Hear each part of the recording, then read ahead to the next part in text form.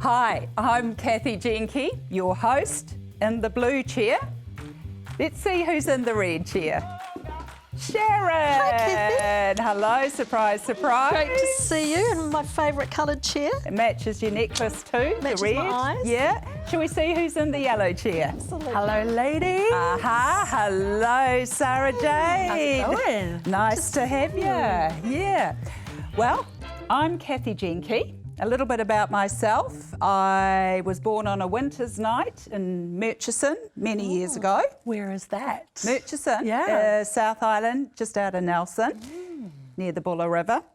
I love making sourdough bread, homemade sourdough bread.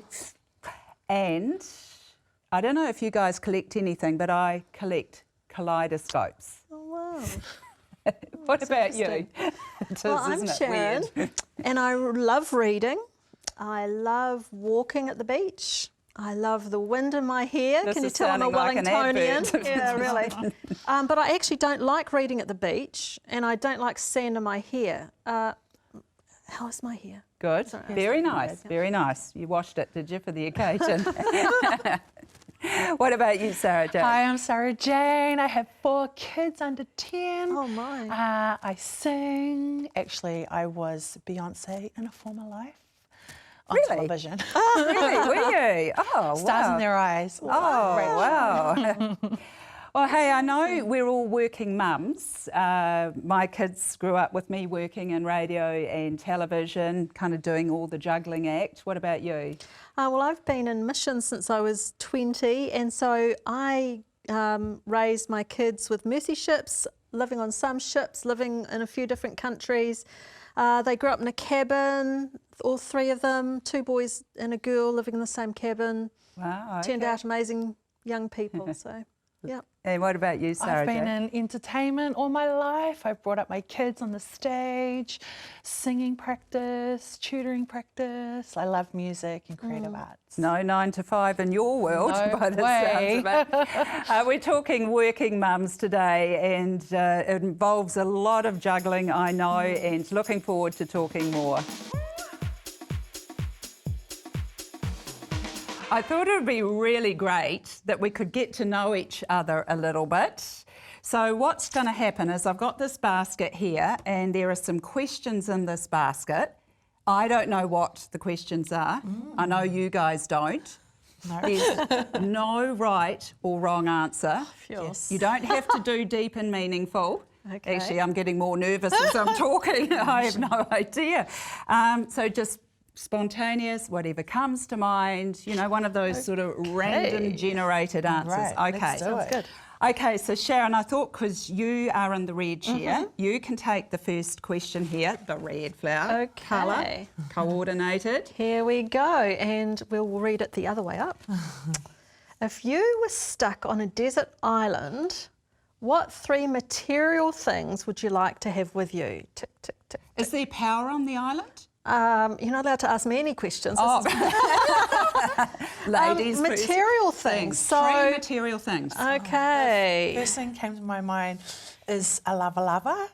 Yeah, and The lamps. in Samoa. No, Oh, no, it's the- sarong. Oh, that I know. We call Yep, it yep. Yeah. a lava. So you can wear it in all sorts of ways to Yeah, figure yeah. out your outfit. That was the only thing that came to my mind right now. Okay, I'm thinking. You've got 2 more. 3 material things. Oh, that's tricky. I would like, well, if there was power on the island, I'd bring my technology, because then I could do lots of things with it. A good book, the Bible. Did you really want to say? Is that 3 things? Yeah, it's interesting, because you Because you kind of could feel read the you Bible ought on your to. technology. Well, that's it. So let's assume there's some power on the island. I don't know, the sun's shining, so we can do solar charging. So I'd bring some technology. Yeah. Number 2 for me would be a lighter. Yeah. because I don't know how to make fire, and I really like light at night time. that might have been for me too, yeah. I'd bring a water bottle, because then I've got a drink. Good thing. Yeah. What else? A pillow. Aren't Gotta have pillows some If you comfort. should love a lover for the pillow. Oh yeah, but then I need a blanket, so that would be like my blanket and pillow. I've done tramping with my big down pillow, squashed it in the bottom of the pack. Pillows are really important. So how many have we done? And that's my 3. 3. So I've got a third one. I'm not very good at these things. I like to think deep and meaningful. But I thought you had technology and a book and the Bible. Oh, well, that's all that's sort of similar, isn't it? So I'll lose the Bible. I'll lose the book. No, because I can do the Bible on technology. And then, what else? I'd like a tent for shelter. Yeah, good. Yeah. That's Yeah. really intense, isn't it? Oh, yeah. Dad jokes, I know. Okay, Sara-Jane, My your turn. Here Yep. we go. Okay. If you could spend $1 million on yourself in 1 week, what in would a you week. buy? $1 million in a week. I would go for something like an elixir of youth that keeps my body young. Not for beauty, but so the joints don't creak out and I keep young and fit and healthy, and then I can keep tramping and just doing cool stuff. Okay, that sounds, yeah. I have that. And I will also have a really, really amazing house that has a pool in it, but I want to have like a water slide, like a really cool water slide in it. And I want a really good climate around the house. Okay, so you like water and sliding. Yeah, but I want it to be really nice. I want to be here in New Zealand with really tropical weather. Cool. That sounds very cool. Yeah. Okay. Right, my turn. Here we go. If you could be someone else for a day, who would you be? If you could be someone else just for one day, who would you be? I would be Oprah Winfrey. Oh, really? yeah? Yeah. Yeah. Living in that world would be like amazing. Oh, we want to see how she goes with her questions. Okay, who would you be? I would like to be a person of influence, and I reckon move over Jacinda. Yep. Prime Minister. Yeah, I'll be Prime Minister.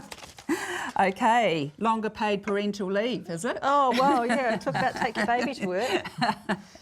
Well, that was a lot of fun. We really enjoyed it and looking forward to some more fun. Having a life where my kids have been so involved with my workspace because we've lived on the Mercy ship, yeah, it was like the best of times and the worst of times all rolled up into one. And for example, one time our kids, when they were teenagers, decided it was a really good idea to stand on the side of the ship and throw water balloons at the ship's director. And, you know, have you ever had your kids throw water balloons at your boss? Yeah. It was funny in retrospect. At the time, it was kind of scary. Hi, I'm Cathy Jenke with 3 Cheers, and with me is Sharon and Sara-Jane, Hey, and we're all working mums. that's right. So why do we work? Juggling kids, home and work. Yeah. Why? Actually, no, I'm serious. Why do you work? I love what I do. I wouldn't not want to be involved in the mission I'm in, and I love the fact that I could have my kids involved in my life and it wasn't either or, it was both and everything. So your kids joined you with your work. Yeah, or as they would like to say, we drag them around the world, but yeah, absolutely. Yeah. What about you? Yeah, I think for me, I don't know. I don't like to call it like work because I feel it's like kind of got a negative connotation, like you have to do it. But I love the career space that I'm in. I do media, entertainment, and I own my own business. So it shapes a different perception to why I do it. Because you kind of think of work, well, I tend to think, you think working mum, it's kind of a 9 to 5 thing, isn't it? But, well, you've both had quite different sort of working mum lives, isn't it? Absolutely. Like in the creative arts, you never have a 9 to 5. So in that field, we always call it like portfolio careers, because you could be doing acting, you could be singing, you could be writing, presenting, producing, directing. There's so many different elements. There's not a specified time structure to that industry. And then because of the nature of that industry, I decided to set up my own business. And so being self-employed kind of gives you that drive to find different work opportunities. Otherwise, you don't eat. So I mean, is it partly money too? Is it money, or just like, you know, your pleasure and fulfilment and kind of your thing? Is it what's the kind of balance? Well, my space there? is a little bit different in that we were living in community a significant amount of the time that we've lived on board hospital ships with our kids, and so. Yes, you have your role, it's 9 to 5 or whatever it is. I worked when the kids were in school, but it's also a 24/7. So, you know, that's an interesting space as well. You know, what you see is what you get, and sometimes having people see you in your family space, in your family relationship, also working with the people that you work with, wow, you know, that's a bit vulnerable at times. Yeah. What about help? You know, like babysitting, and when you can't manage it, you've got to get outside help. How have you worked all that? Well, for me, because I am part Samoan, so I come from a big Pacific family. So for us, like, in terms of our values, we always have that family responsibility where we help each other out. So I've been really blessed that I've got quite a support network to call on to be able to juggle the kids babysitting, especially when you do like a lot of late night music rehearsals and that sort of thing. Most recently, I've moved into a lot of governance work around creative enterprise. So again, it's still a lot of late nights and different sorts of hours. So it is a big juggle to help with babysitting and finding someone that can do pickups or drop-offs and that sort of thing. And with younger kids, it's a lot different as well. What about other half help, like your husbands? How are they helpful? My husband's he put a high priority on his role as a husband and a father, and you know, I think you have to set your priorities early on in your relationship. I mean, it's your relationship, and then it's your family that comes out of that. And he's always, you know, made it a high priority at the same time being able to invest himself. So I've been very spoiled. Did he need training? No, but I'd like to duplicate him and share him around. What about your husband?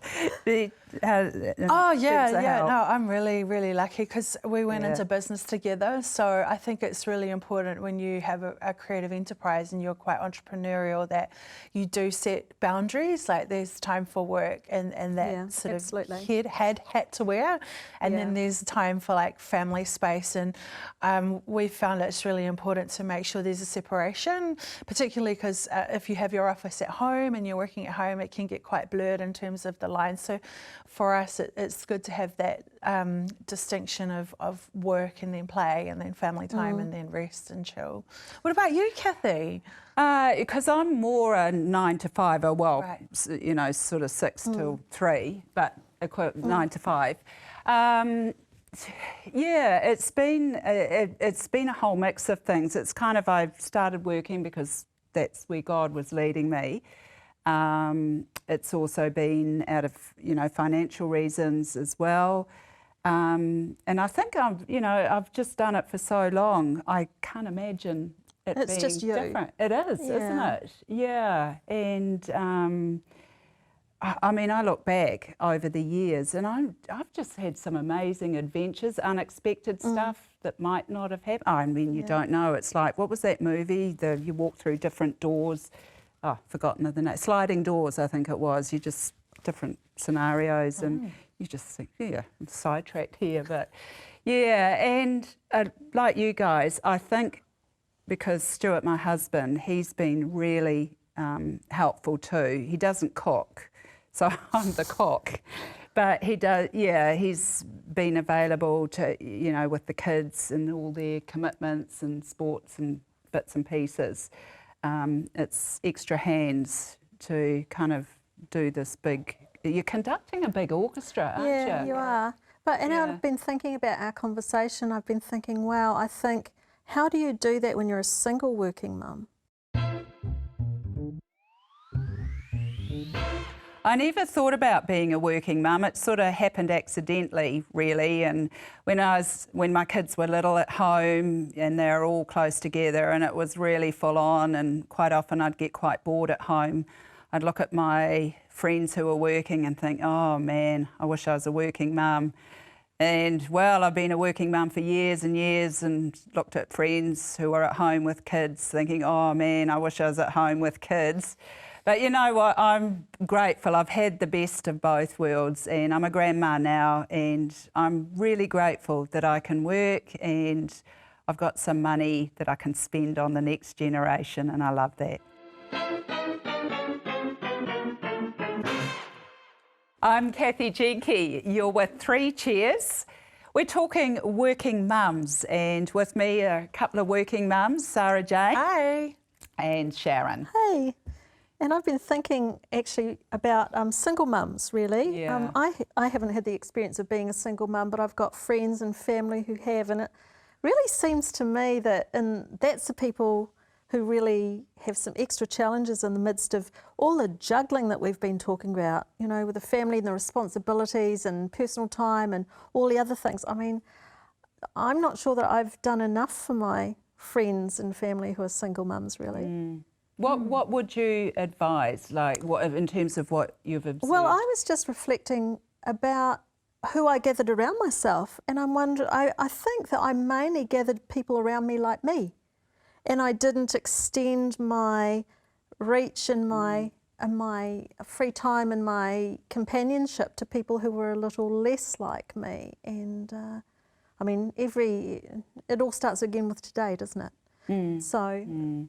But yeah, single mums, what do you guys think? Well, I haven't had that experience myself, but I do know when my husband worked in foreign affairs, he would be away for extended periods of time, and during those periods, it would be like a couple of weeks, he'd go away and then come back. So at that time, I had 3 under 2, so I had twins and then a newborn baby. You would have been busy. Oh man, yeah, and I kind of find that it's, after the kids are down, you have a break, but then it can be quite lonely as well, and you're comprehending, you know, the whole day, and you get so tired with that. And so I found when I've met other single mums, like just a way big respect for them, Yeah. like, Yeah. you know, to be able to handle a lot of that weight and responsibility by themselves. And so just finding ways you can offer support and reach out. There was a time I used to do mainly music with kids and young mums and stuff, and it was great to have conversations around that to get involved with programs and play groups and music groups and stuff to just bring more connection. Yeah, it's a bit, I guess, but having people's needs on the radar a bit, isn't it? I think in those years, especially when your kids are small, we had 3 under 4, you know, your own complexity is so large in your own mind, isn't it?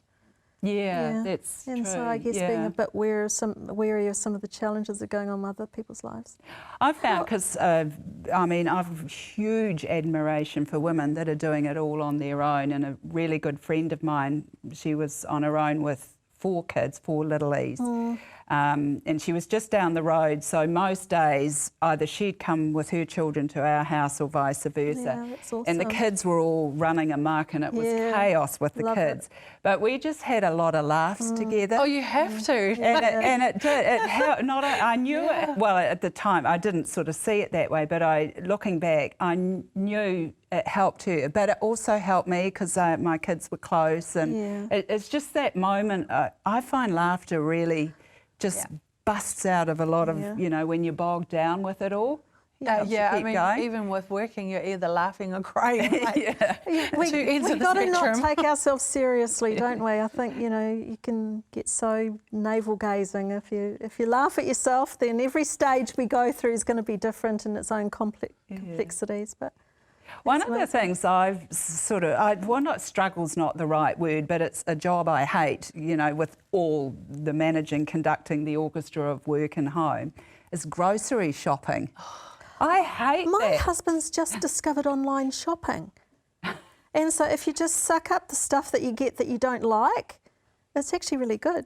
Do you do online shopping? No, well, Who I'm does the too, groceries? I'm too scared to really delve into online shopping because I like to touch and feel products and to see them new. And when you kind of go into this digital online world, I don't really know what I'm getting until I get it. Yeah. But I'm like you, I just don't like grocery shopping. It's a chore for me rather than a joy, necessity for the family. It's worth trying it because then you still have to pop down the shop to get the odd little thing, and then you can touch and feel and go, oh yeah, I really need that. But yeah, because, you know, and I do mine often on a Friday, come home, it's the end of the week and I'm tired and it's like, ugh, got my groceries to get, and it's like, whip round the supermarket and then I got to unpack them. But have your children ever complained, you know, oh, you're not around, why are you going out again? Yes. Yeah. Yes, it's really hard, especially when you're going back into a job or you've got a contract that you're getting back into and there's different hours.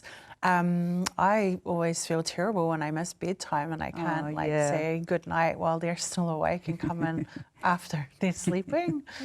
But as they've gotten older and I've gotten harder, it doesn't get as emotional anymore. But it's definitely hard. While our kids were in school, I worked part-time and I felt huge pressure about that, but not from the kids. I felt a pressure from my friends and family that why wasn't I working full-time because our kids were old enough that I should be. And I decided that I wanted to be there when they got home from school, even when our youngest was 17. I wanted to be there when he got home from school, and he would actually download at the end of the day and talk to me about his life. And I thought, well, how many people are complaining about their teenagers talking to them? You know, so I felt guilty, but the opposite, you know, I felt there was a pressure to not be there. Yeah. I so agree with that. I totally agree with that, especially with a lot of younger mums in my generation, the expectation that to go back to work when actually being at home is just so awesome if you have that opportunity to be able to do that now, because I think that that's more of a choice whether you can be at home or not. You have to be committed to your own space, don't you? Yeah.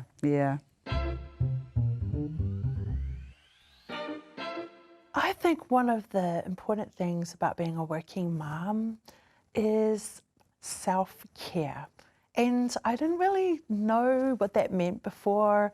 I thought it was this flash word with people spending money on themselves. But having gone back to work more and more, a time of space by yourself is really important, just to take a moment to have that cup of coffee, get your nails done, go to the hairdresser. It's really important for self-care, and I just really want to encourage other working mums that you don't need to feel guilty about it. There's a time to indulge.